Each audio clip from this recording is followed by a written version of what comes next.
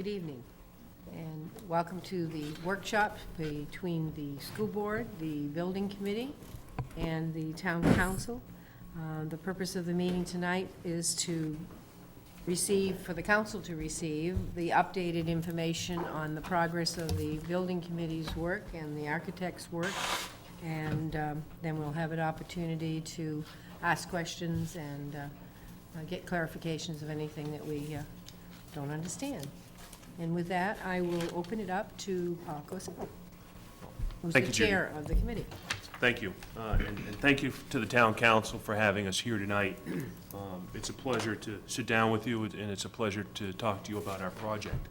I'll also say thank you to the school board, who frankly is probably getting tired of hearing from me. What we want to do tonight is present our project to you, and we want to do it in a number of ways. First of all, we want to start you off with a three-dimensional presentation of our project, so you have an understanding of what the outside looks like, and some of the hard work that Harriman Associates has done on that. We then want to move you to a two-dimensional overview of the project, so you can have an understanding of the floor plan on the first and second floor. Then talk to you about room descriptions, so that you can be as educated as I now am to what all these different rooms do and why they are a necessity for this school. We want to talk to you a little bit about geothermal, and then lastly, we want to talk to you about the total estimated project cost for the new Wentworth Intermediate School. The verbal deal that we all made before we came in here tonight was that we would keep our presentation to 20 minutes, so we have elected Todd Jepson as our official timekeeper. Okay, stopwatch. As far as presenters tonight, I will present in part. Dan Cecil, from our lead architect from Harriman Associates, will present. We also have Tony Roy from his office, as well as Cliff Grime from his office, and Ann Mary Dexter, principal down at the Wentworth Intermediate School, will present. So I encourage people to listen. I encourage people to ask a lot of questions. Everyone around this table has heard bits and pieces of it, has seen bits and pieces of information, and I think the goal tonight is to bring all the folks around this table all up to speed, so everyone understands the project as well as our building committee does, and why it is a good project, why it is a smart project, and why it is a project that Scarborough needs to get behind. So with that, I'm going to turn the floor over to Tony Roy from Harriman Associates to walk us through the three-dimensional component of this project. Okay. What I have here is a three-dimensional model. We use a program called SketchUp to model the school. What I'll try to do is orient folks here. So the new school is here in the middle. You can see where I'm pointing. The middle school is over here, the existing middle school. Pan us over. The high school playfields are in this area. This is the ice skating pond area here. So I'll bring you in from 5,000 feet, I guess. Come a little closer to the building. We have a major parking lot here with parent drop-off area, the bus loop that comes in right in the front here. This is the south elevation of the new school. Playground area right opposite the bus loop. And what you see here is the main entrance, flanked by the administration area and the cafeteria on the other side.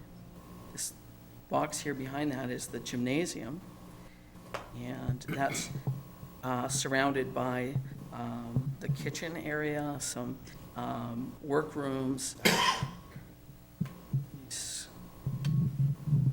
Scoot around the back side over here. We have the music rooms on the back side here, and then the art spaces, and then the large eye-shaped form here is a two-story classroom wing. Around to the front side here. You can see, as I zoom in, the window sizes give you an indication of the size of the space. The smaller windows here are administration administration spaces, and then the larger ganged window openings are your typical classroom spaces. And see them marching along. They're stacked very efficiently from floor to floor. A stair tower at the end of each of the classroom wings.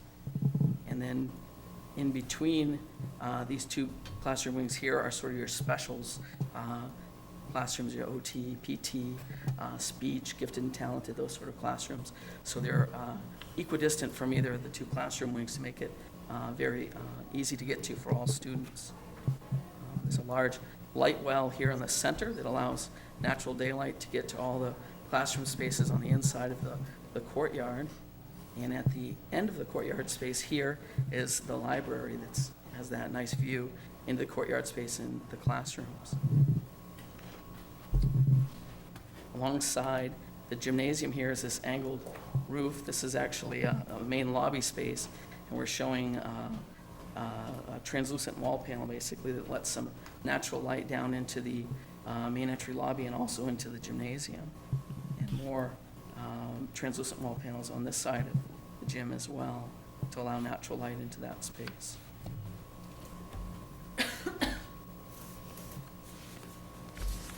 Tony, do two things for me. Would you show everybody where the existing school falls on your 3D model here, just so we can have some perspective? Existing school is located in this vicinity right here. And then, the other thing I'd ask you to do is, we're going to talk about geothermal energy and a geothermal component to this project. Where would the wells that we would be prospectively putting in, where would those be located? Zone here. Yeah, the wells are partially under the parking lot. It's an L-shaped well field, so there's a leg that goes in this direction, and there's another leg that goes in that direction, and then all of those wells couple together, and then they come into the boiler room, which is right in that location. And then the last thing, would you point out where the play field is that we've talked about that would complement the playground area? Yes. Yeah, this, as you know, there's a lot of wetlands on the site, and this is one area where there's a large area of uplands, nice dry land, and it happens to be right next to the skating pond, so we would clear some trees in that area and put a field there so that kids would walk from the playground area over to the play field and back. Because kids need a place to run, especially at this age level. Good.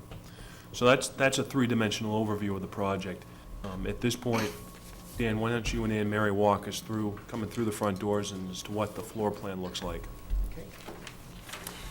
Of course, as you know, as much as I am interested in the dollar value and as much as I am interested in the way this positions itself, I am most interested in the components of it in order to be sure that the children's educational needs are met, not only for this next 2 or 3 years, but up to the 50-plus years that we would anticipate this building would last for. So I'm going to talk to you a little bit about the classifications of rooms or spaces that exist on each of the floors and give you an overview, a brief overview of those spaces. Okay. Our building, originally, back in '06, we looked at 46 classrooms, and this accommodates 40 classrooms with the concept that each of those classrooms would have at least 20-to-1 children, 20-to-1 ratio of children in them, with the idea, again, that there would be room for more children to join each of those 40 classrooms should our enrollments increase over time. The other section is on each of the floors, you'll notice that there is what is called a team gathering space. The team gathering area is an area that is part of the hallway. It's an area where small groups of students can show their authentic work, can invite their parents to come in for a brief presentation, can do peer presentations for groups of classrooms to groups of classrooms.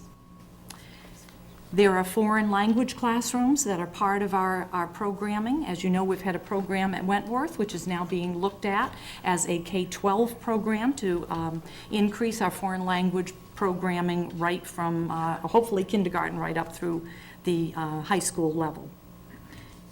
We have STEM classrooms.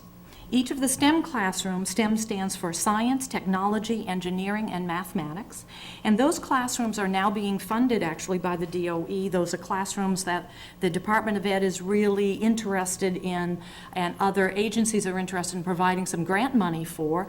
They're opportunities for children to do what they do best, and that is experiment, work with a variety of materials, sometimes in the wet area, sometimes in what we would consider dry technologies. So we're providing 2 of those spaces for this building. We also are providing spaces for what is considered mandated services, and that would be in the area of special education. We have social life skills, academic life skills, resource rooms, speech language rooms, occupational therapy, physical therapy treatment rooms, functional life skills area, and all of the accompanying spaces, whether it's an actual mini kitchen for children to learn those life skills, or whether it's a toilet or changing shower areas for the need to meet the needs of those students. We have an additional set of services. When we talk about special education services, we're talking about students who, this is a mandated service where there are students who have a particular discrepancy between their academic abilities and their potential. We also have a group of students who have, while a lesser discrepancy, still have a noted discrepancy, and we call that support services. And the support services that we offer in our programming include math support, literacy support, gifted and talented services, ESL services for students who join us who don't have a command of the English language, and of course student advocacy services. And that's a phrase that we now use, commonly thought of, it's social workers, guidance, programming, testing, that type of thing would be happening in those areas. Traditional to all, and I may be skipping around a little bit for you because I'm following the space allocation plan. Typically, we have thank you, on the, what would be the right side of the floor plan, you would see our art program, our music program, which consists of both band and general music. You would see our library area.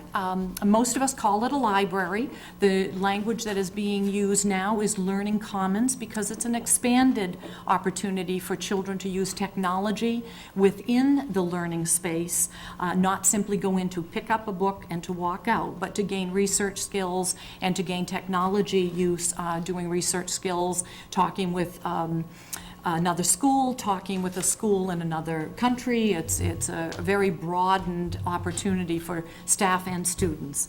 So the library commons is the language, Learning Commons is the language that we use now talking about our library.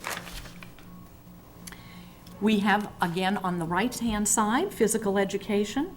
We have a gym with approximately 400 seating capacity for bleachers. We have, that would be about the size of the plumber gym to help to orient you. We have a stage that separates the gym from the cafeteria. This stage is currently, am I correct, Dan, about the size of the one that we have, a little bit larger? A little bit larger than what Than you the have one we in have Wentworth, currently? yeah, just a little bit. Okay. And there's chair storage underneath, which provides for both sides of the space. When we look at, going back toward the middle section, we have the administrative area. The administrative area is comprised of not only administration, but the guidance area and clinic area in that particular wing. And both are designed in this building to be able to look directly out onto the playground area, to look directly out to where the parking lot is for security, as well as availability for us to get to students as quickly as we would need to do so. The administrative area has the typical principal's office, assistant principal's office, and storage for records, which again, under mandate, must be kept in locked and secured fireproof area. The guidance area would house the guidance secretary and the records for guidance purposes. The guidance counselors themselves with social workers would be out in the, on the first and second floor, working directly with children. The clinic area, again, looking out onto the playground, has the treatment rooms, it has the waiting rooms, it has the privacy treatment rooms when called for, as well as, of course, the toileting, showering areas that would be needed to service all of the types of student needs that we have in our building. Within each floor, there is a teacher education and educational technician area, and these would be areas where the typical kind of support work that's done for classroom teachers would be handled. Small group work could be done there, making of materials that are used for individual teacher classrooms would also be done in these areas, and the teachers' areas themselves for their breakout.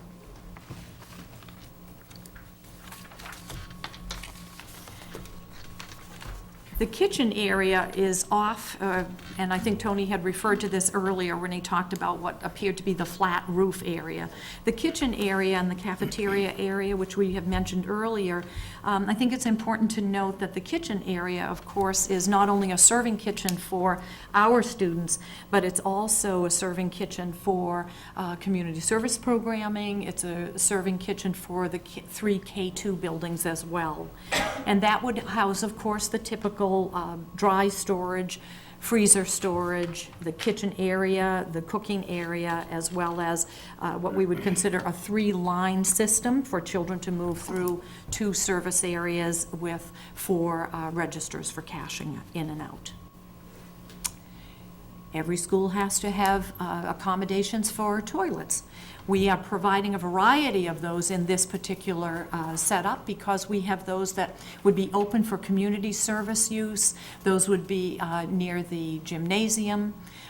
There are those that would be designed around with a shower for coaches who might be coming in after hours, as well as the staff who would, of course, be housed there on a day-to-day basis. There are 2 types of, there are unisex toilets, and there are what are considered team or gang toilets scattered throughout the building. Within the educational eye, if you will, there are also gang toilets and unisex available toileting. There's storage throughout the building, small pockets here and there within the educational units for curriculum materials that are not being used for particular unit studies. And then there's, of course, the larger storage areas off the gym for bigger materials, as well as the storage for gym dandies, after-school programming, storage for community service programming, and storage for, let me see, what have I messed up there? And storage for curriculum materials and general supplies for our own educational program. There would be provisions for custodial closets, again, safely tucked away from the educational units under lock and key, if you will, so that there is no fear or concerns about materials being somehow left there that children could get into. And there are a variety of janitor's closets, custodial storage, and the custodial, janitor's custodial area as well near the kitchen. Mechanical and electrician type or electrical spaces are provided in terms of boiler room, mechanical, which would be the air handler areas, the electric closets themselves, the mechanic rooms for for machinery in terms of elevators, the one elevator area that we have within our building.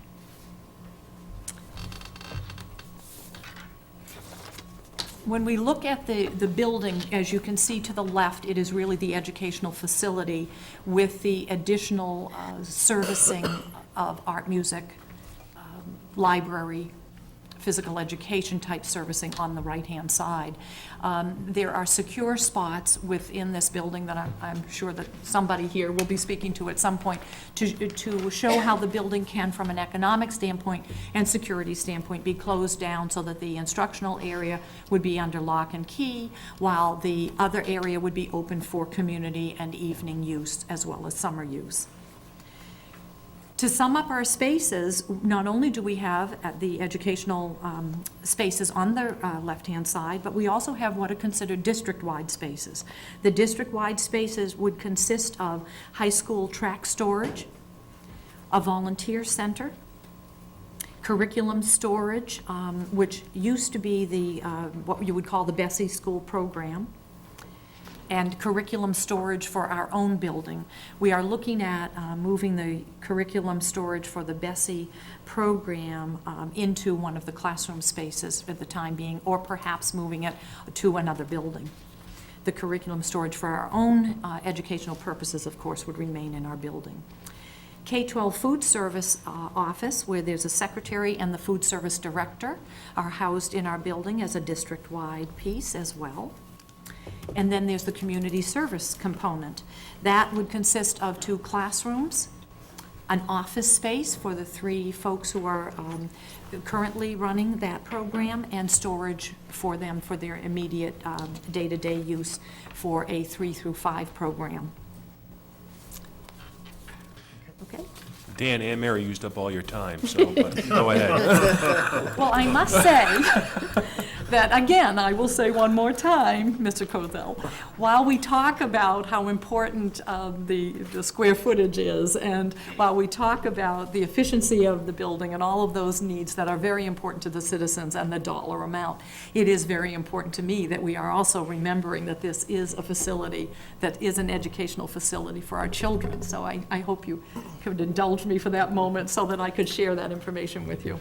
And I say that tongue-in-cheek.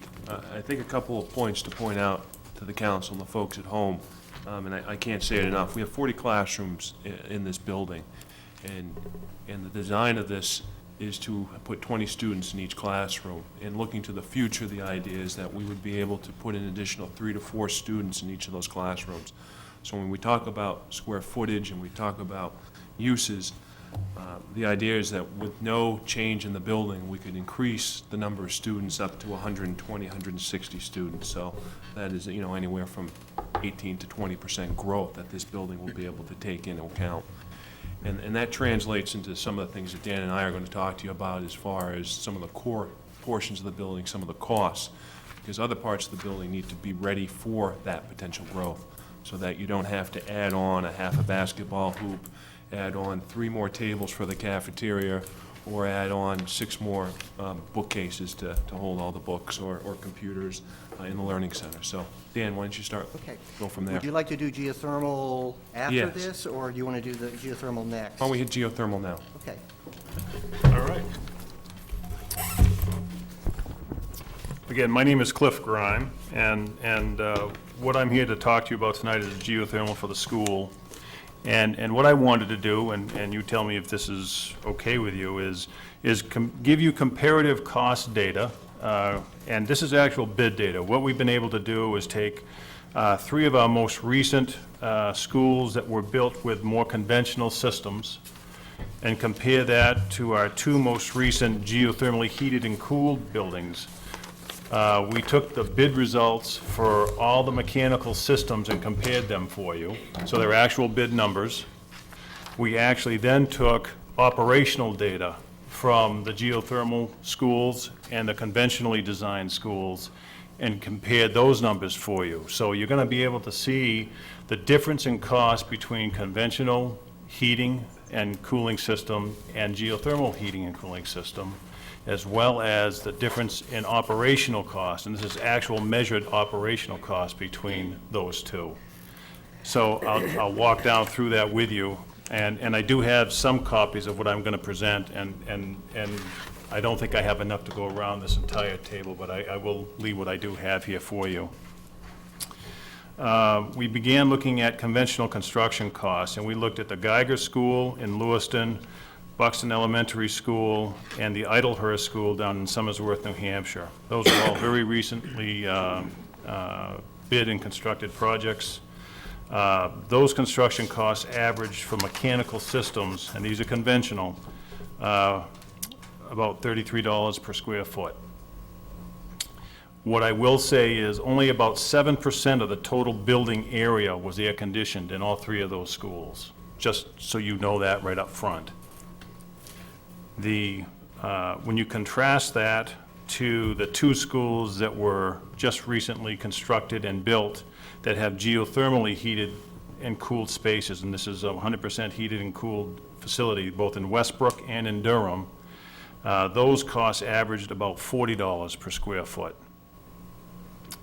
So what we then did is, with our database, and we've leaned on a couple of our contractor friends, said, what would it cost to put conventional cooling systems in the remaining portion of the Geiger, Buxton, Idlehurst schools, and it's about $5 a square foot to put conventional cooling in those schools.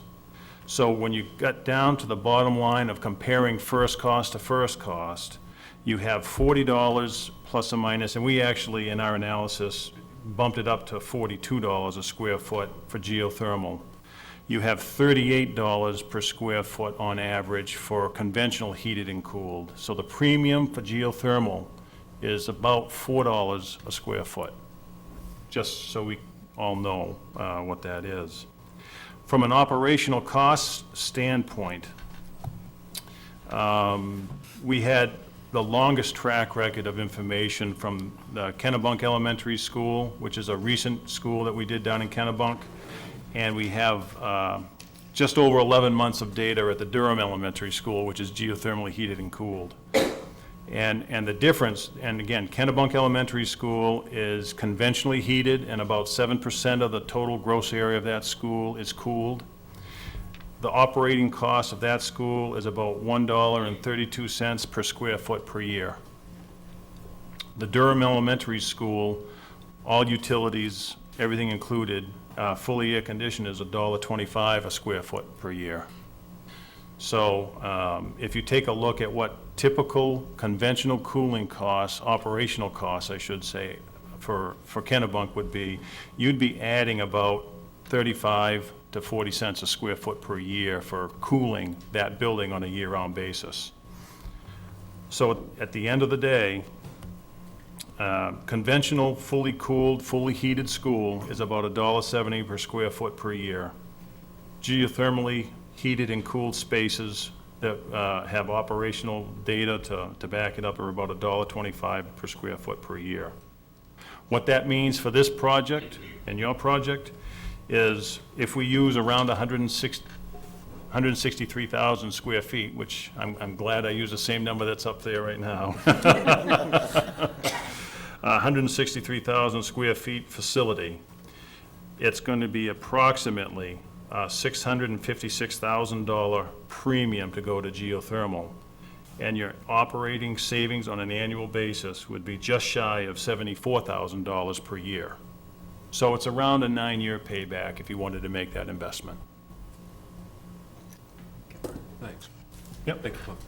One other point I would make, Cliff said that Durham Elementary, which has geothermal heating and cooling, it just finished its first year, is running at about $1.25 a square foot, and I think that the existing Wentworth building, which doesn't have geothermal, doesn't have air conditioning, and in fact doesn't have ventilation by code in a lot of areas of the building, is running at something like $148, $1.48 per square foot. So it's actually, it's a measure of how inefficient that building is, the existing building is as it sits, and how efficient a new building can be with all of it, insulation and mechanical electrical systems. So talking briefly about the money, one of the charges and one of the promises that the building committee made was that they would bring the project in under the square footage of the 2006 proposal and under the cost. So this first slide shows you a comparison. In 2006, you were at $38,322,803, and you're at 184,794 square feet. Well, since that time, in the 2011 proposal, you've cut almost 22,000 square feet out of that, and you're just under the 2006 number at $38,314,413. And we've actually made 9,600 square feet worth of cuts just since June 24th, as we've been meeting with the school board and meeting with administrators and continuing to try to optimize the plan. I'm going to scroll through those drawings, which you've seen already. Additional cost reductions that were made, reducing the construction contingency from 10% to 7.5%, that saved about $997,000 in the project. And this, the material that I'm talking about now, it comes from your handout that was sent out to the board and the council last week. We reduced the movable equipment number from 6% to 4%. 6% of the construction cost is a number that the Department of Ed would use as a benchmark, but the building committee felt like it could go down to 4%, and that saves $613,000, and it still leaves you about $1 million for equipping the building. We reduced the demolition number by $70,000. The architect and engineering fee is reduced when the construction cost is reduced, so that came down to $156,000. And we're carrying a potential credit from Efficiency Maine for designing a high-performing, very energy-efficient building of about $150,000 credit. Despite those cuts, again, almost 22,000 square feet, we just wanted everybody in the public to know that you still have a large gymnasium that's capable of taking care of the Wentworth School, the community services, high school track practice, all the functions that you have in the building right now. You have the high school track storage. Since that track team practices from about November until May over the wintertime. You have community services office and storage and 2 classrooms over in the right-hand side of the building. We kept intact the technology budget. We kept intact a computer room near the library. As Anne Mary said, you have 40 regular classrooms down from 46 before, but you still have a good capacity for 800 kids. We've maintained the district-wide kitchen, which again feeds about 1,500 kids a day, not just the 800 that are in the school, but another 700 to 750 in grades K through 2. And we've maintained a very green, energy-efficient building within that budget. Some of the costs that are unique to the Wentworth project that made it, I think, especially difficult for the building committee to get here, that are kind of unusual is, for example, demolition costs, about $485,000, asbestos removal, about $525,000, and lead paint removal at about $100,000. There's about a $1.1 million cost that this project has that many other school projects in the state of Maine don't have because of their particular circumstances, and that had, again, be absorbed into this budget and still be less than 2006. Other costs that are unique to Wentworth, the district-wide spaces, 5,600 square feet, community services at 2,200 square feet, the district-wide kitchen I've talked about, a larger gym for all the community functions that go on in the building, as well as high school and the school's use, as well as community services. And the gym at 10,087 square feet is actually less than the gym at the Buxton Elementary School, which was built about a year or 2 ago. That school was built for 850 students, about 50 more than you, and that gym was built at almost 10,500 square feet. So again, even your gym has come down in size in order to be efficient. Your project has a wetlands mitigation fee of about $218,000, and again, many projects have no wetlands fees required. But despite these unique costs, the committee has managed to bring the project in just below that $38.3 million cap. Comparison of the 2006 project, adding inflation for 2011 dollars. We thought it would be helpful just to imagine for a second that you took the project from 2006 and bid it in 2011 just to see what inflation would have done to the cost of that building. So inflation alone would have brought that building from $38 million to $42 million if you had made no changes to it. So again, that's the definition of the mountain that the building committee had to climb to go from a $42 million project and to reduce things enough and make it efficient enough so it would go below the 2006 budget number. Additional strategies for potentially reducing costs, working with the town to study the feasibility of using town-owned land to help mitigate the cost of filling wetlands. That $218,000 cost could potentially be reduced because the town owns some wetlands, and that in preliminary meetings with the town, everybody has agreed to try to do some research and to see if this would happen. The Corps of Engineers has some special requirements, and it's not certain that the wetlands that you have could be used in a swap for mitigation, but we're going to be doing that research to see if we can possibly reduce that cost. Reducing the construction cost by doing some strategic capital improvement projects before construction starts. So, for example, you could build a play field separately out of capital improvement funds. You could do some of the asbestos removal early out of capital improvement funds, so you wouldn't actually be bonding that money for construction, thus lowering the overall project costs. Look for portions of the project that could be built later, and then work with the town to study the potential benefits of bonding in steps rather than all at once. That would be up to the town and the town's bond council, but sometimes districts will do that to try to take advantages of low interest rates and to not borrow more money at any given time than they actually need to spend, and thus reducing your interest payments. So quickly, the budget. The budget that was sent out to the board was draft 3, and all the numbers in that budget are the same as the ones you're going to see here, except for the very last number, which is the cost of the geothermal, which we've been able to bring down in the past week. But just so the general public understands the way that these budgets are constructed, this follows the Department of Ed State of Maine structure for school project budgets. So Part A is new construction. And that consists of the new building, site development, on-site additives, things like fencing and things like that. The demolition of the existing building, which we've already talked about, and an estimating contingency, which we need to carry at this point because the building won't open for about 3 years and it won't be bid for about another year. So that contingency is in there to take care of fluctuations in market prices and things like that. And within that contingency, we've already allocated $100,000 for removal of lead paint. Part B of the budget is called Administrative Cost and Reserve. Again, you have no land cost because you already own your land. Movable equipment went to 4% of the construction costs. Technology has remained the same. Again, that's the purchase of all of the servers and the wiring and security systems and phone systems and intercom systems that go in the building. There's a $75,000 utility allowance to CMP for a new transformer. Asbestos abatement, we've also talked about at a little over $500,000. Temporary classroom removal, the wetlands impact fee at $218,000.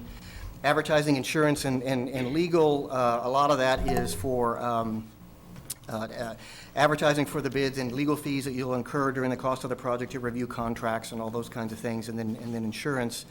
And then a construction contingency of 7.5%. So the total of that category is $5.2 million. And then fees and services, architects and engineers fees are based on the construction cost, and there's a standard Department of Ed fee schedule. In this case, it's 6.7% of the construction costs. A&E reimbursables are, for the most part, things like printing of the bid sets, those kinds of things. For a job of this size, there'll be quite a bit of printing costs. Environmental permits and permitting, construction and testing allowances. During construction, there's all kinds of testing that goes on. Every time there's a concrete pour, there's a sample taken and tested.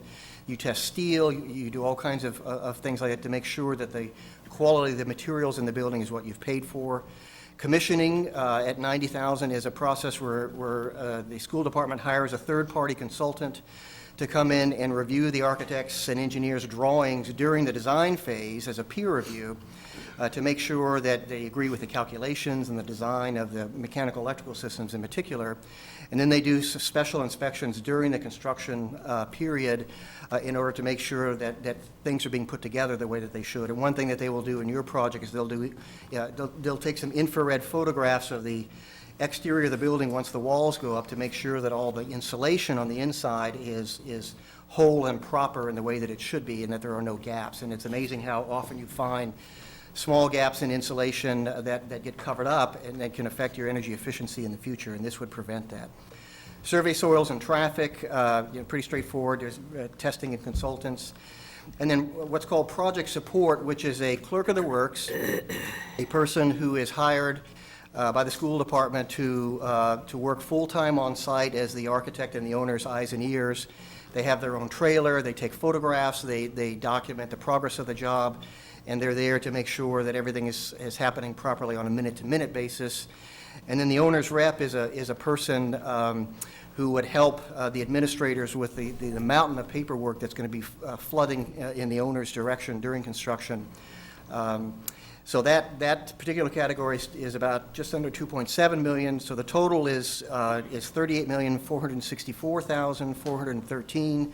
You deduct the credit for efficiency main at 150,000, and you get the total on all of your sheets at $38,314,413.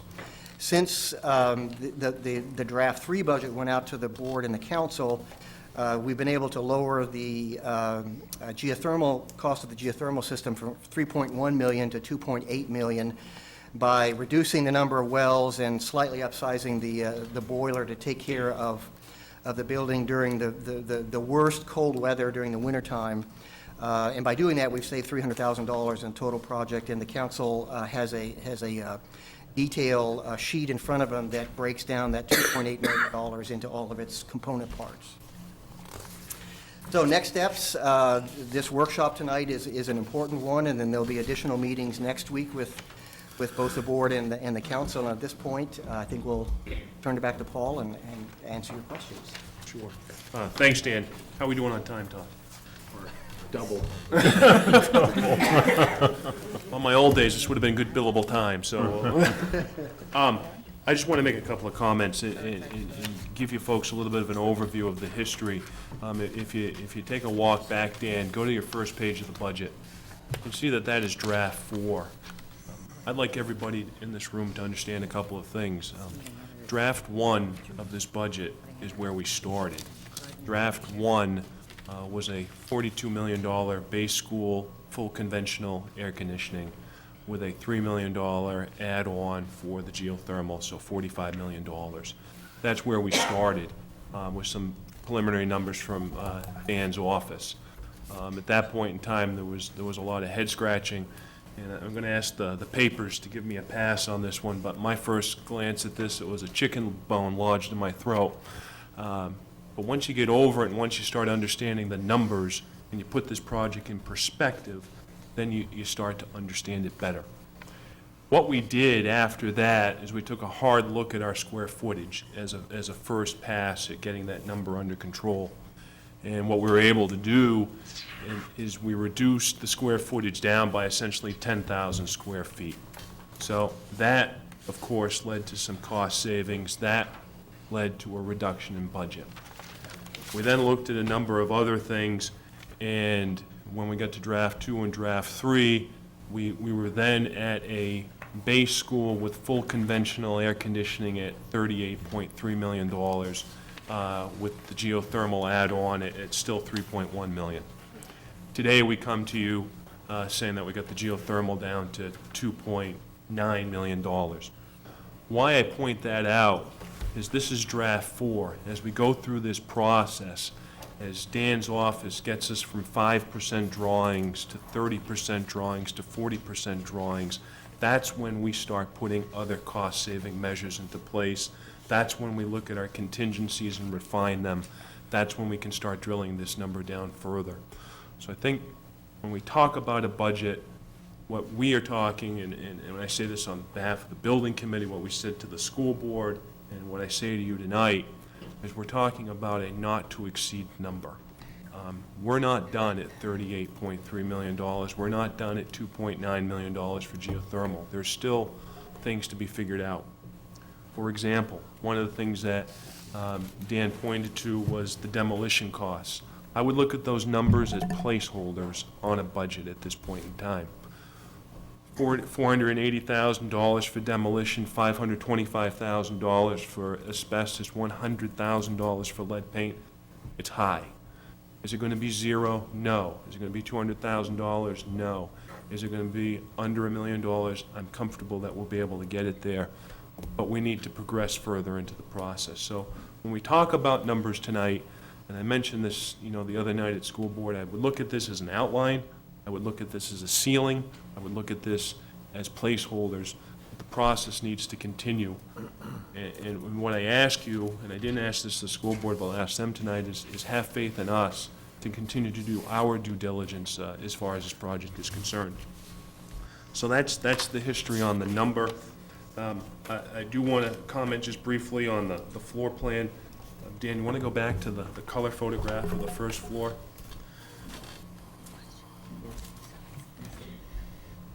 It's important to understand that the areas that you see here, two things. Number one, the pink areas, we call them eliminated on this plan. I call them removed but not forgotten.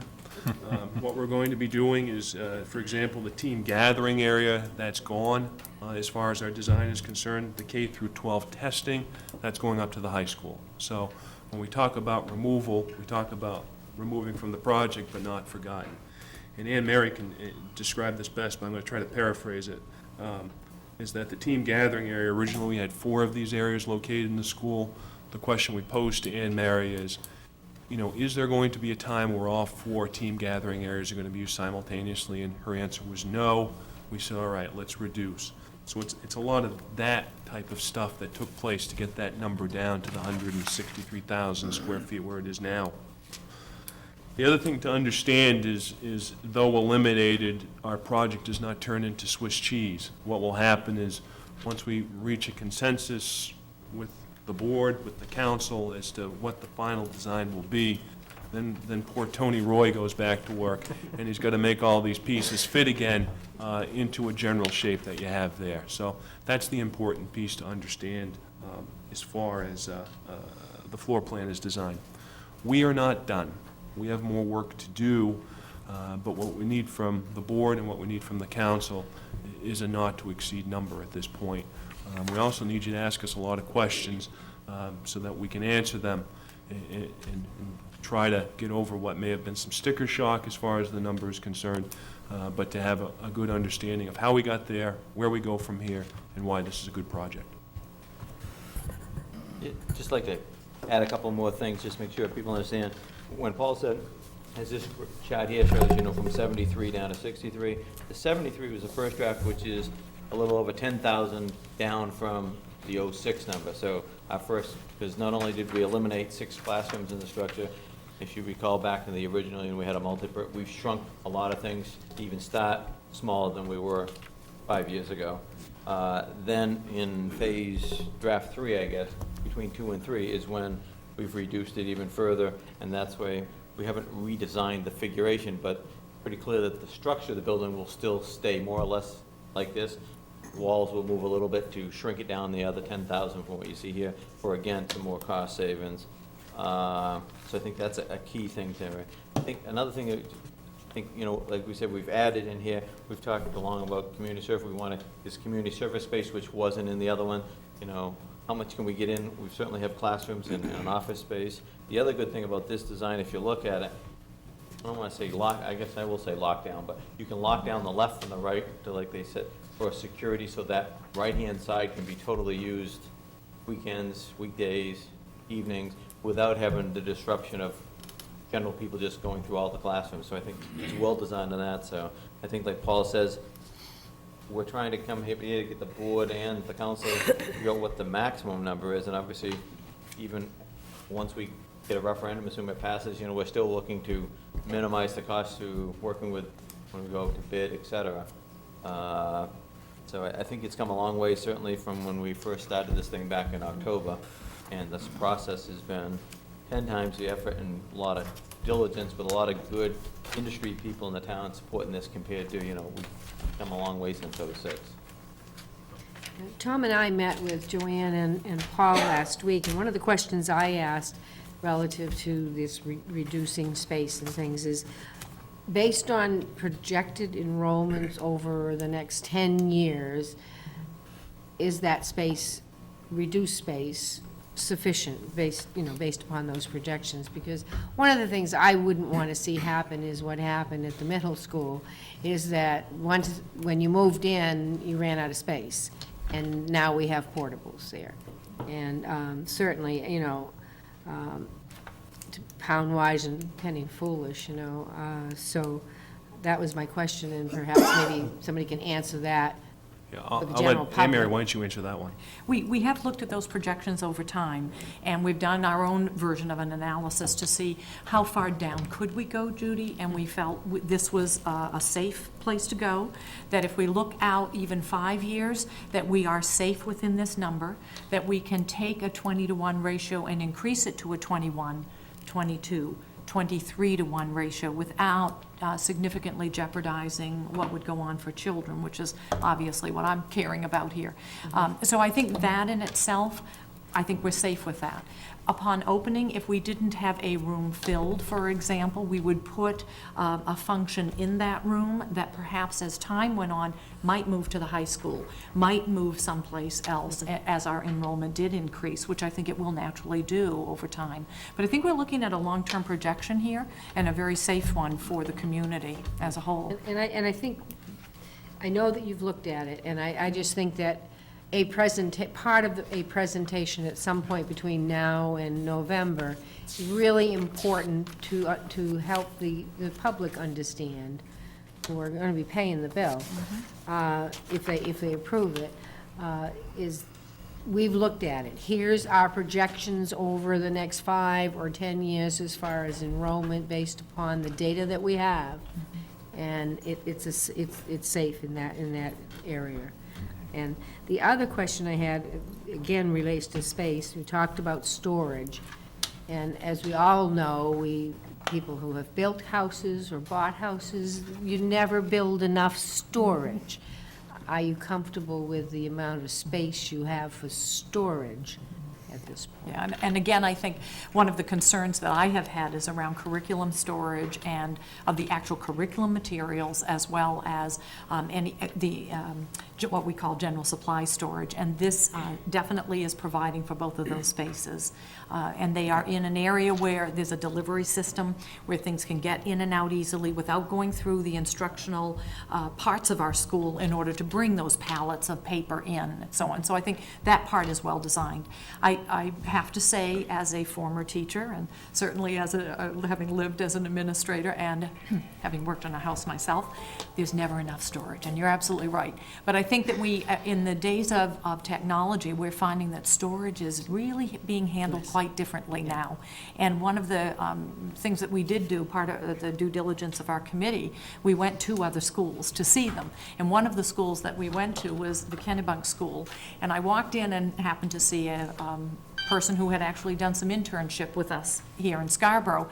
And I looked at his room and I said, my goodness, I'm amazed. It's so neat and tidy. And I said, where are all of your things? And he pointed out how things had been built in so beautifully within the interior structure.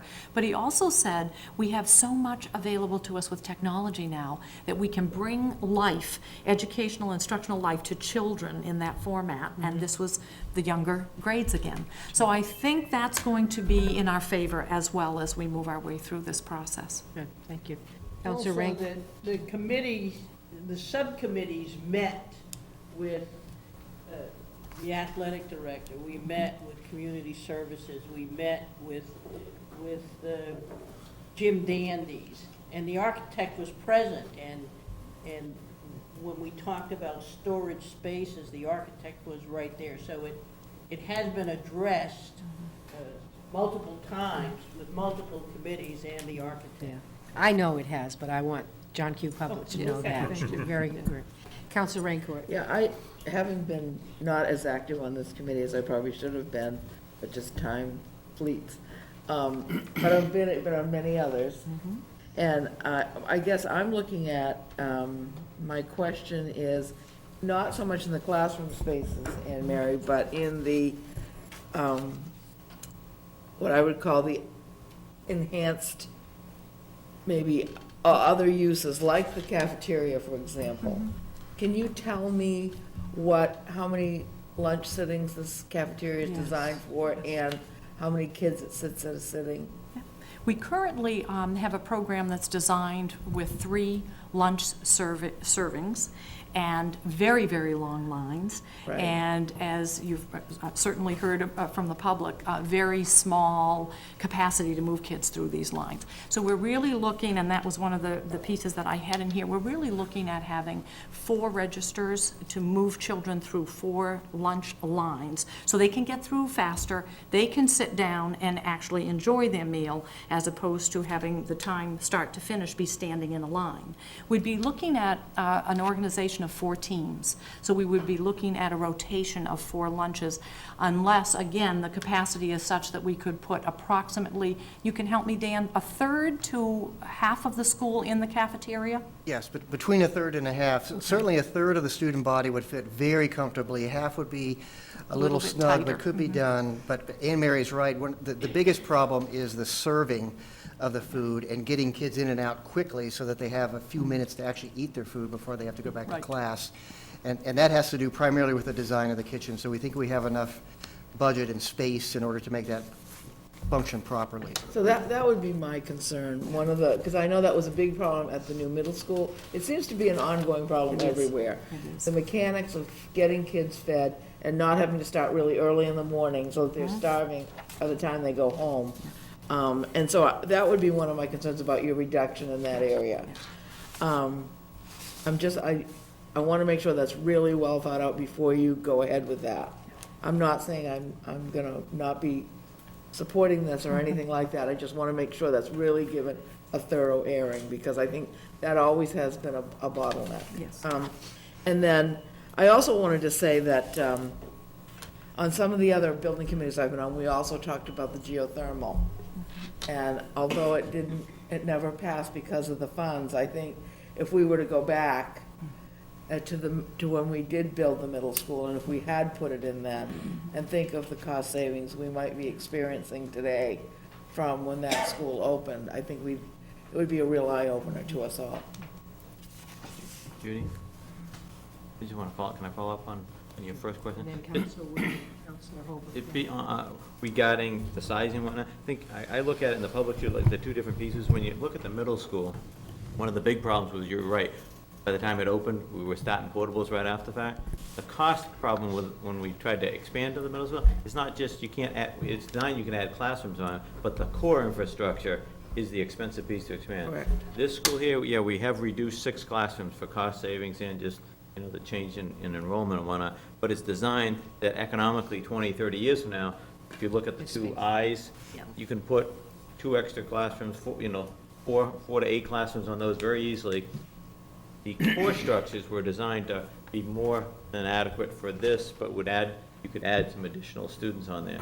Whereas the middle school, unfortunately, you can add classrooms on, but you just physically can't service, that's the problem I have if you look at the size of the cafeteria, that little stuff. So I do think there's been a lot of work on the left side, what I call, and the right side.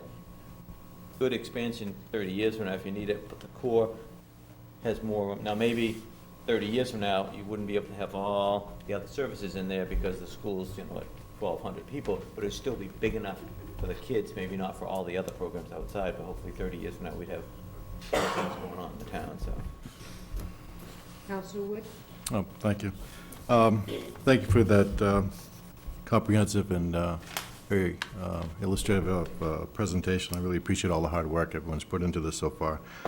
I just got a couple questions. On the geothermal, I heard you say, Cliff, was it Cliff? Yes, I it heard you is, say it yep. was a 9-year payback? Approximately, And yeah. Approximately. And you used, did that include the installation, the difference of cost of installing conventional versus geothermal? That's correct. Okay.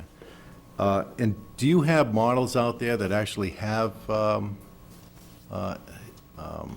data that show geothermal over a period of 10, 15, 20 years, et cetera? When you say models, you're talking about Real energy life or- profile models, or? Real-life examples, I guess, That's what I was quoting, real-life Okay. examples. that go out that long? That go out- That go out 10, 15, 20 years? These are all probably within 6 years. I guess what I'm getting at is that it certainly looks attractive from my perspective to make that initial investment. Right.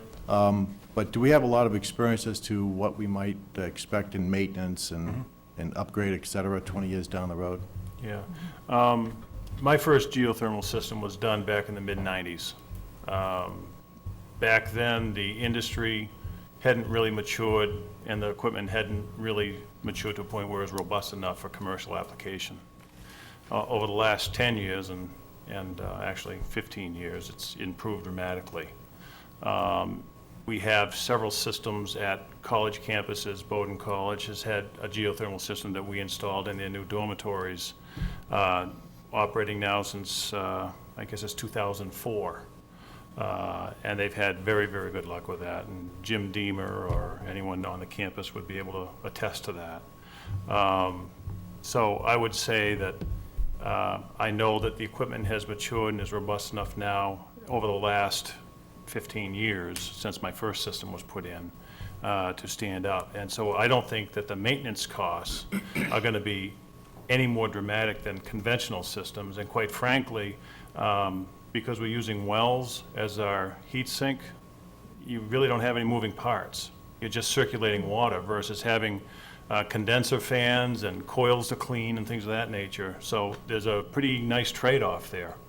And forgive my ignorance Yeah. of the technology, but when I hear you say that the wells will be placed in part underneath the paving service, I just have this vision of 10 years from now, us having to dig up a parking lot to repair a leak in a well somewhere. Is that pretty unrealistic fear on my part? Yeah, what we're not trying to find is water in the earth. We're just using the earth itself as a heat loop. sink. Right. Yeah. So we're circulating water from the building into a well, and it's basically just a looped pipe that's encased in probably a 3 or 4 inch diameter well. That's probably about 400 feet deep. That's all we're doing in those wells. And frankly, all those wells are independently circuited, so that if there was ever a breach in a line, you could actually isolate that line. And you could And we're pull- talking about 120 of these wells, roughly. So one of them, if they developed a small leak, yes, you can fix them, and they're fixed quite often, but you could also isolate that if need be. Okay, thanks. Yep. We often are referring to '06 versus present as far as square footage, and I applaud your efforts to reduce the square footage from '06. But my sense is that what is in front of us today actually illustrates a much greater need and fulfills a much greater need than what '06 may have. Am I right in that? I mean, when I think about the community piece, because truly this is much more than just a grade 3, 4, and 5 educational building. It really does a lot and goes very far into serving the community in so many other ways. You spoke about community services, et cetera. I mean, did we fulfill those kinds of things in '06, or maybe are we doing even better now? Because I think there's even better value that should not be lost on the citizens here. I think the part that I would speak to, and Paul would, I'm sure, want to add to this, is that the instructional components are essentially the same, because they are mandated. They are typical, if you will, for instructional advancements. Back in '06, we had discussions about how much community should we be putting into this building. And there were various opinions at that time. And we had some amount back at that point. And we got the message that everything was too big and that we had too much there. And I think at this stage, we've kept the instructional integrity, we've kept the program design, but now we have added, I believe more thoughtfully, the kinds of community pieces and the district-wide pieces, because we've had the opportunity to meet with various of the leadership, if you will, of community services. We've met with the high school, as Jackie was referring to. We've met with some of the folks who we have just always kind of provided the space, but we never really got into why are we providing it, exactly how much space is needed. Should we indeed be providing that space? And I think that each of the components that we have, that our district-wide subcommittee spent a lot of time on, we really feel they are legitimate and they should be there at this stage. I would just follow up. I think we've done a smarter job at incorporating a lot of those community needs into this building. Ideally, it would be wonderful to have a 200,000 square foot facility that, would sort of make everybody happy. But, we're not in that type of an economic climate that we can do that. So what we've done is talk to a lot of folks and reach a compromise on some different aspects of the school. And I think we've done a pretty good job. You know, the gym, for example, is 10,000 square feet. That is going to support this school, that is going to support community service, that's going to support my 4-year-old when he comes up and does basketball, so that's a good thing. We've done other smart things, like we put a stage in between the cafeteria and the gym, again, to sort of double utilize that space. So instead of just having a gym, or strike that, instead of just having a stage that supports a gym, it supports both spaces, so it's a smarter use of space. And as Anne Mary said, we've continued to try to honor those space needs that have existed there, the gym dandies, the high school track program. So those are still there. Other things have gone. Probably most notably is the pole vaulting capability of the building. And while it had nothing to do really with a look at square footage reduction, it's a 21st century review of liability and how do you put that type of a facility in an intermediate school. So it didn't make it. So we've looked very hard at everything, and we've tried to accommodate where we can by maintaining, you know, a fiscally and financially responsible project. I got a couple more comments, but I just wondered, having Is that okay, Judy? been involved with the '06 project and this project, in '06, we did not spend the amount of time looking at a community space, didn't analyze it. As a matter of fact, it was just one big space of community space that was put in. And at this project, we looked at each space, what your needs are. A lot of thought went into it and a lot of planning. And that's really a huge difference from the '06 to today. thank you. I don't want to take too much more time. You know, what really struck me when I took a tour of Wentworth is, I think most folks who take a tour of Wentworth conclude that the building needs to be replaced. But what really struck me was that this isn't grade 3, 4, and 5 as I remember it when I was in 3, 4, 5. I mean, when I've talked with Paul over the last several months, I've been really educated, no pun intended, to really what it takes to service our children today, and it's much beyond what I think most folks my age would remember their experiences being. I mean, we talk about today occupational therapy and physical therapy, we talk about life skills, et cetera, and I think it's very important as we move forward that we not cheat ourselves of not spending the right amount of time to help our citizens understand that the needs of our community, which we can be proud, I think, today serve our community much better than they did 30, 40 years ago.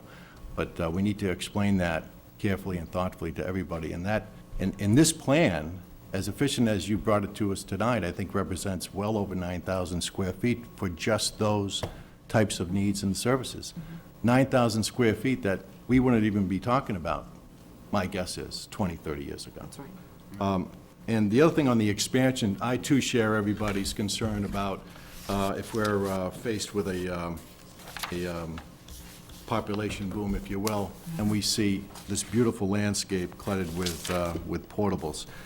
I'm curious as to whether if we do see ourselves 20 years from now truly running out of space, whether we can actually add on.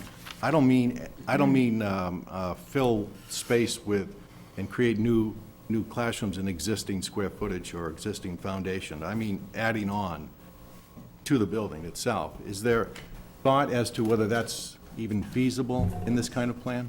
Yes, actually it is, Mike. As we said earlier, it's easy to add classrooms on to the end of these wings. You've got a fair amount of space between the end of them and your property line. And if you add just 2 classrooms on the end of each of those wings, 2 stories, that's 8 classrooms, and that's 160 kids.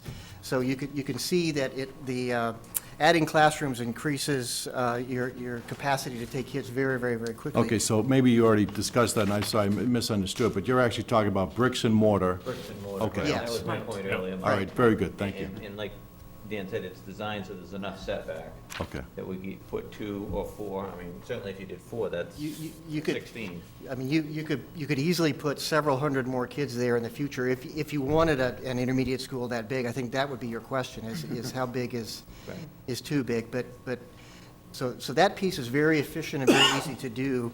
The other way that the plan is oriented to help with what you're talking about is you can see the cafeteria is right here. So again, if your school went from, say 800 to 1,100 student population, let's say 30 years from now, you have such huge growth, you could expand, there's room in the front of that to expand that cafeteria. Likewise, if you needed to, you could expand the library, which is over in this position, into the courtyard. So it's on an outside wall, so that would make it possible. The gym, because it's enclosed on all 4 sides, would be pretty much impossible, well, not impossible, but very difficult and expensive to expand. But you already have a gym that is very comfortable in size, and you could put another 300 kids in the building, and the gym would still be fine, I think. So the position of the cafeteria on an outside wall and the library on an outside wall facing the courtyard, and in fact, for that matter, the kitchen as well, would make it possible to expand core spaces, which are usually harder and more expensive to do, but in your case, you could do that if you needed to. So I think you're in pretty good shape for whatever might come in the future. Yeah, Okay. And if you look at it from a number of kids' perspective, that building, currently 775 students in the Wentworth School, you could go to 920, 960 easily in that existing structure. Right. Once you exceed that 920, 960, that's when you go to what Dan is talking about punching, putting bricks and mortar and putting more classrooms. So it is designed at present to take on that additional 120, 160 kids, and then if it continues to grow, we bring in the bricks and mortar, and we have room to do that. Right. And what, I'm sorry, am I done? I don't mean to. I'm just Okay. kind of- When we talk about efficiencies such as geothermal, et cetera, and how inefficient the present Wentworth is, I also think it's important that we illustrate that throughout, if I can call it, campaign to educate our citizens as to what this new building, not just what it costs to build, which is certainly a significant number and an important consideration of everybody, but what it costs to potentially not build this building. We talk about, I think we heard an interesting, $1.45 a square foot. It costs I think it's presently, $1.48, something like that. presently just heat, not ventilate and not cool, but just Right, presently heat. it's electricity and oil, and that's a building that doesn't have ventilation or even proper ventilation in a lot of areas of the building, and it has no air conditioning. So I think it's important that we keep that in the forefront of our conversation as to, by not considering this, we're continuing to accept this inefficient scenario. And towards that end, I think that if there's other efficiencies that can be talked about as it relates to water and electricity that have numbers that we can wrap our arms around, I think that would be helpful also. I've taken too much time, I appreciate it. Thank you, Madam Chair. Council Hogan. Some of my questions were answered. My biggest thing coming into this project was kind of, first and foremost, that it's not so scrunched that it would be expandable in the future, and that we can afford it. I guess that was the biggest two things for me. I'm glad to see that it's obviously very energy efficient, that there's obviously room to expand in the future. I look at this project that I want to see this as not a 30 or 40-year project, but as a 100-year project for me. I love buildings, and I think they should be around forever. My only other question is, I'm looking at draft 4 now. So my question was, you have obviously line G, which is the 38,314,000. To add geothermal, then this 2 million figure needs to be added to that. Right. So That's correct. Total 41,161. 41,160. Yes. How long before, I guess, or is this what you're telling us now? How long before that number, is this the number we're going to the voters with? Is this, how much more tinkering with this number. That's a scary number, When and do I'm we- when really is the nervous drop dead going date? to the voters with 41 million. So, Good question. you know, what's the timetable? Well, I mean, there's a couple of timetables. Number one, I think, you know, when we talk about a vote or a consensus from the board and the council, we're talking about these numbers that you see here today with a not-to-exceed clause on it. What we're going to be doing in the interim period is looking how to reduce those numbers further. But understand, any reductions we do are going to be based upon 5% drawings from the architect, so, and are going to be based upon discussions with the town and looking at potential grants and things of that nature. So, you know, we're going to work hard at getting it. The significant reductions, though, frankly, would come post-referendum, once Dan's office comes further along with drawings that start to change some of these numbers from placeholders to actual numbers. So it's going to be difficult to make anything significant between now and a vote and now and the time of referendum. But after that, that's when we can chew on this a lot harder. Between then, we can do some more, and we've talked about some different things, and we're working on it. But am I answering the question, or am I dancing around it? These are the numbers. These are the When numbers. does this have to go before the council to go on as a referendum in November? It'll be sometime in, I believe it's in August, I believe it's 45 days prior to the election. I'll talk So with we Phil. have the only one meeting in August, so would it be then? Presumably, yes. I think, if I could, I suspect there's some interest in getting going and starting a very vocal and overt education campaign. Even before that day, I don't think you want to lose a month. So Correct. there's been some suggestion, Judy and I were part of a meeting, that they may be looking for some, maybe not the actual ballot language approved per se, Right, but but the general a gist. formal endorsement by the council as soon as next Wednesday, so they could really begin the process in earnest. Yes. And one of the things also that I asked, and I'll let Richard, at the meeting too, is that Tom probably could be very helpful with this, and I think there's a real concern about the debt, the town debt. And, you know, a very simple but succinct description of what is our current debt, how much debt are we going to retire this year, when is this money's going to be bonded, and what is that going to add to the debt, and how much other debt are we going to retire before that actually happens. Those are kind of numbers that people need to hear, because when you look at 42 million or 41 million dollars, you're saying, oh my goodness, my taxes are going to go up, you know, $3,000, you know. And that's not how it works with debt service, and I think, you know, a simple explanation for the public with the education campaign, I think is going to be very, very important, so that people understand that it's incremental, and, you know, we do retire some debt and those kinds of things, so hopefully that. Certainly, I'm prepared to be part of that. Yeah, do I think that's really, really important, because it's scary to a lot of people in this day's economy. It's scary. Judy, to Tom, do you have any sense of when the mitigation, the wetland mitigation problem may be solved? Or maybe it can't be solved at all? I'm sorry, I'm not sure what you're referring to. What potential there is The for mitigation. wetlands piece? In terms of whether we have a mitigation in lieu or Right. to offer up. I'm not part of any detailed conversation in that respect, but that certainly will involve the Army Corps of Engineers and DEP. For my part, we'll certainly identify potential sites, and I think there's a genuine willingness to be a partner in that. So I'm really ready and willing and able to be part of that conversation when you're ready to roll up your sleeves. I mean, $200,000 is $200,000 at this point. you know? Let me let Richard ask his question first. Geez, that'd be great, thank you. Because he's a very patient man, and he's been very patient. Well, it ran out this week at one point. The thing that I have to say about, as far as the cost of the building, I know you're gonna do your best to try to reduce that cost, but ultimately, it's up to the voters. So the better you do, the better your chances are, okay? This is, you know, and if it's, if what you think it's gonna be is 41 million something, that's what we're gonna, that's what I'm gonna say, put it out to the voters, let them decide if it's too much. you know? I'm at, so, and I had, the question I had, I kind of piggybacked on Counselor Roy's and Counselor Wood's, was, I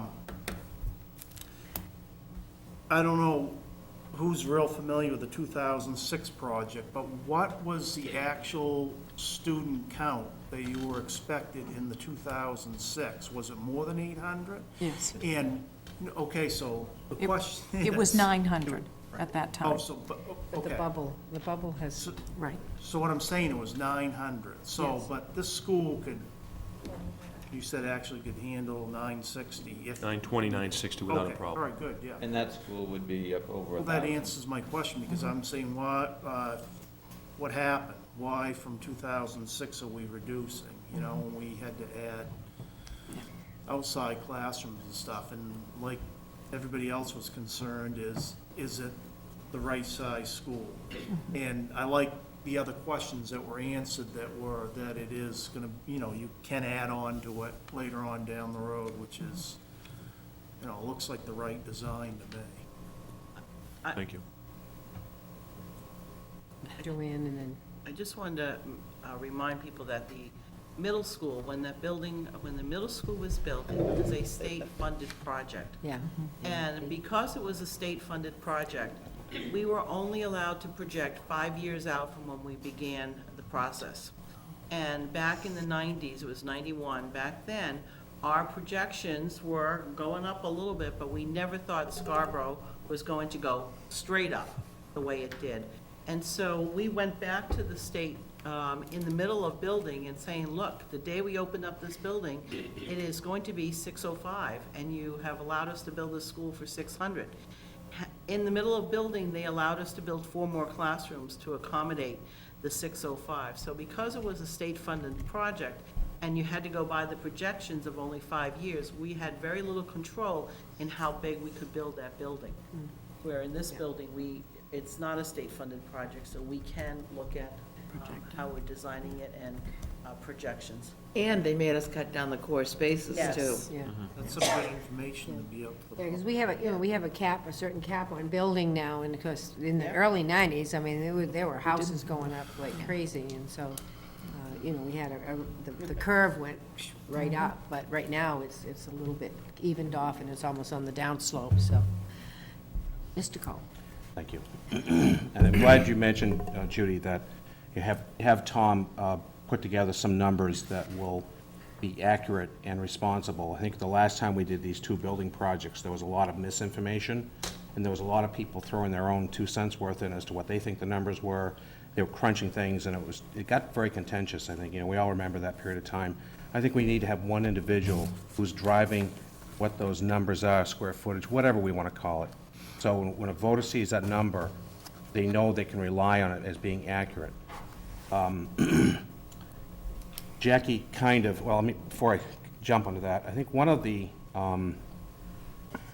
concerns I've had, and folks in town that I've talked to in the past year since this building committee, this is a responsible building project. It's showing responsible funding, cost estimates. Just the word responsible has its name written all over this. And so for me, the other building projects that we did back in 2006, there was fluff in there. There was no question, because the economy was different. We had different types of individuals in the town. We wanted to add a little more nice things for that building with some potential new offerings for the town. We've changed our minds since then. Economy's changed. We have to be more responsible. I see when the building committee has brought information to us, that word for me has been key. To me, it feels very responsible and with no fluff. Jackie did pose a question about the wetlands, and I want to just plant the seed, and I would like to get some kind of response from some folks. There's an area near the community service building that's a vernal pool. It's not a significant vernal pool. It is about a 200-foot by 100-foot. This is an opportunity for us to be caretakers with environmental science impacts, hands-on with monitoring.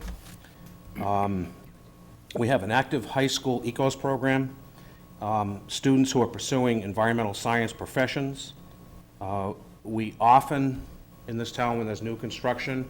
We just say if there's a wetland here, or I'll use the word vernal pool, you fill it in and you go over to gravel pit and you build a new one. And we all know that isn't the way vernal pools work.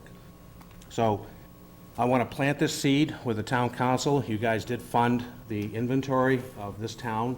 I think it's a good opportunity for the town to step up and preserve this small piece of land as a learning opportunity for our kids.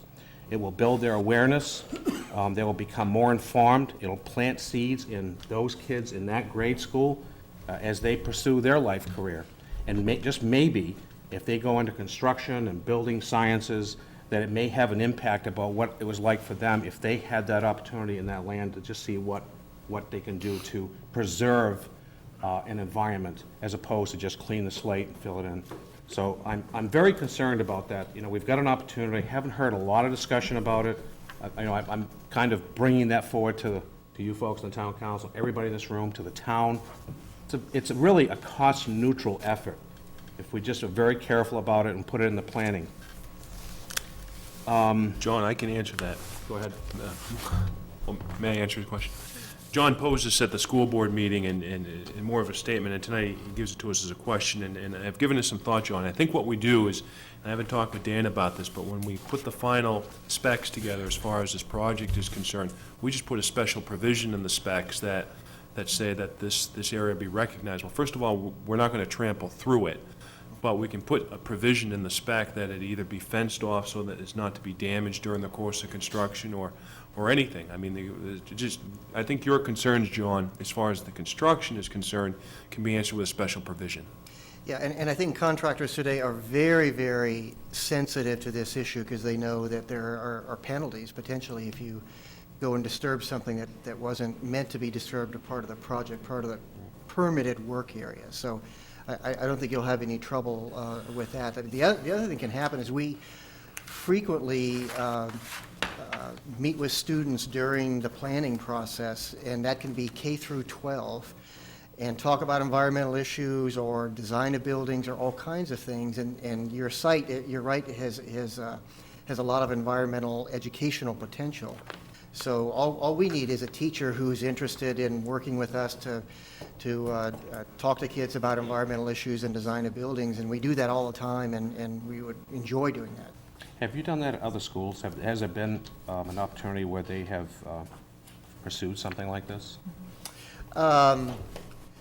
Not specifically protecting something. I mean, we've frequently used the building as an educational tool for the kids or the kids in the district for that building.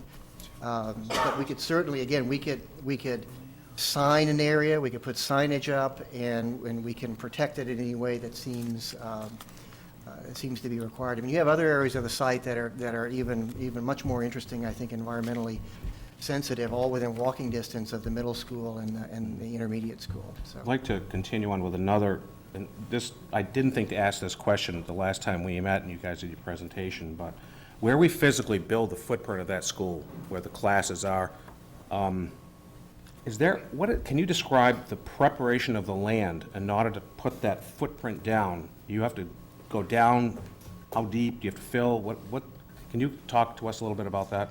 Well, for the most part, your soils are pretty good. I mean, there are areas where they're wet, but they're not wet like 40 feet of clay, marine clay. I mean, they're mostly sandy, silty soils in pretty good condition. You've had lots of test pits done back at the 2006 project. So basically, you would excavate down to undisturbed soil, and during that excavation, some of the testing that I talked about earlier gets done, where you hire a testing company to come in and test the load-bearing capacity of where your footings are going to go before anything goes down. So you're constantly testing to make sure that the soils beneath you are exactly what they should be. And if you find a spot, say, of soils that are not suitable for foundations, and that sometimes happens as you're digging, then there's a procedure for removing all of that soil and putting good compactable soil down before you put the foundation down. So again, it's a process of exposing inventorying what you have, verifying that it's good enough condition to build on, and if it's not, then you amend the soils in order to make that possible, and then you move forward. Okay. I just got a couple. I have several, but I'm going to limit these. Questions to Judy. Okay. The school board Thank you for, I'm The- conscious of the time, it's it's just one- 8:30, and I've got a couple other people Okay. that need questions, and we probably need to wrap up what is after. the useful life of the geothermal pumps? The heat pump's probably a 25-year lifespan. Okay, good, thank you. Chris? I had a question about next steps, so we started to answer them like we're on the way. Not a question, I had comments about next steps. You know, the school board has a special meeting set up for this coming Monday to make a recommendation. The school board's had two very detailed presentations of the project in the last few weeks. So basically, I mean, one of the purposes of this meeting is to kind of see from counselors too about what they think, and I could see that from the questions. And then you mentioned about having the following council meeting next week to take up sort of. We have a council meeting, and it is, a recommendation. I think that's. there is an agenda item on there. Okay, so we'll have a chance for John's questions. I think for the school board, just to note, I mean, I think the one piece of information the school board hasn't seen a lot on is the geothermal.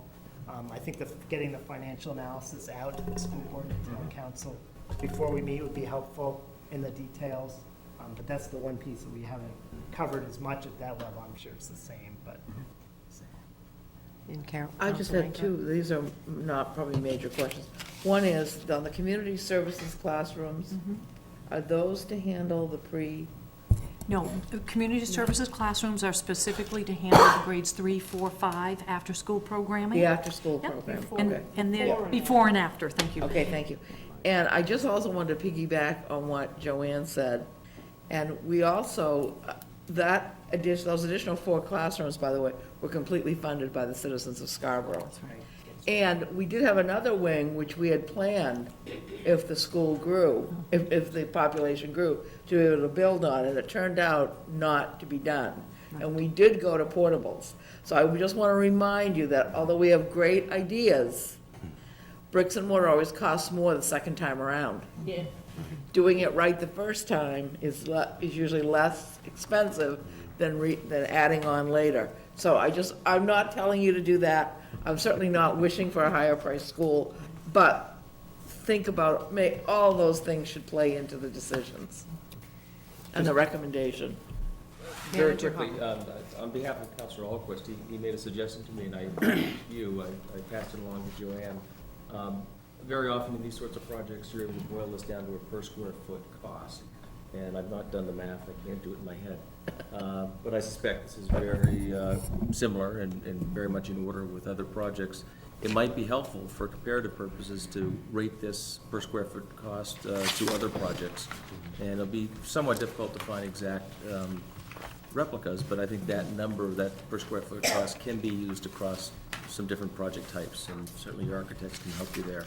And that's something we could do for the next meeting. We do have that, Oh, do we we do have have some that? of that Good. information. Okay. So I passed it on to Dan, and he looked at some projects, and he can share that information that he's been able to gather. That's really for your education campaign, just kind of Yeah. putting this in a larger Yeah. But I context might be think, helpful. We actually looked, Tom, in response to your question, which we thought was very good, we looked at your project, Falmouth Elementary School, Buxton Elementary School, and Durham, and you're at about $235 a square foot, which was the lowest of the 4, and Falmouth was the highest at about $296 per square foot, and the other 2 schools are somewhere in between. So again, your number, I think, is very competitive. I think that's a really compelling argument, and I would encourage you to find a way to package that into part of your promotion. What's my other point? Just in terms of where we go from here, as the council chair indicated, we're starting to prepare an action item that the council would consider. It should be sufficient to give you green light to move forward with a full education campaign and take this out to the community. It would be my expectation either at the August 17 meeting or no later than the first meeting in September, the actual ballot language would be approved. I have some questions whether there'll be 1 or 2 ballot questions. We don't need to go into that this evening, but actually that might be somewhat helpful because I think the council may want to consider in terms of what sort of guidance to give you in the near term here, whether that's your expectation. Sure, the building committee's recommendation had been to have it be a two-ballot question presentation, and we by no means have sort of come up with the language. We defer to you folks to help us with that. The concept had been that question one be a base school, full conventional air conditioning, and question two be the geothermal add-on, essentially. That's what we approved out of building committee, and it's open for discussion, but that was the initial take from our committee. That's helpful. And then I presume the school board and perhaps the council, if it feels fit, will give perhaps a recommendation on one or both of those in terms of what the recommendation to the voters is? Good to, if there's any feedback now, because I think the school board hasn't had any formal action on that, but it's certainly going to discuss that. And it's, like Paul said, the building committee has already, recommended that it would be the 38.3, and then economic analysis at 2.8, and it is for savings, maintenance, and, energy savings for geothermal, but I think that's part of this workshop, is to get some. Well, that's the decision, either the late August meeting or first September's meeting for the actual language. Do we divide it into two questions, so we make it? Yeah, I think we can probably sidestep that in the near term by saying that the council encourages the committee Geothermal, to educate on the geothermal option. We can talk about the mechanics of how those questions are actually posed to the voters in the intervening weeks. Dan, was that estimate with or without geothermal? That was, the $235 a square foot was without geothermal. And we picked these other three schools because two of them, Falmouth was built for 917 students and Buxton was built for 850, so they're bigger schools like yours. Durham was built for only 505 students, but it also has geothermal, and the system is pretty much the same design that we would expect to put in your school. So Falmouth and Durham have geothermal. Buxton and the Wentworth schools did not have geothermal. Okay, thank you. Thank you. With that, I guess I thank all of the architects and designers, and Mary and Paul, and the audience that's here, and for a good workshop. I think a lot of data was presented, and it was presented very well, and a lot of good questions were asked. And so hopefully that gives the public some food for thought, and certainly I know they'll be available at council meetings and school board meetings to ask further questions, and we look forward to that. So thank you all. Thank you. Thank you. Counselors need more information before the next meeting. We can contact any any committee member or Paul or. On the Paul website. would be the conduit of. Paul's right there. Kelly upstairs is really our secretary, if you will, for the building committee. With the new Wentworth.com. Thank you. Thank you very much for having us. Thank you.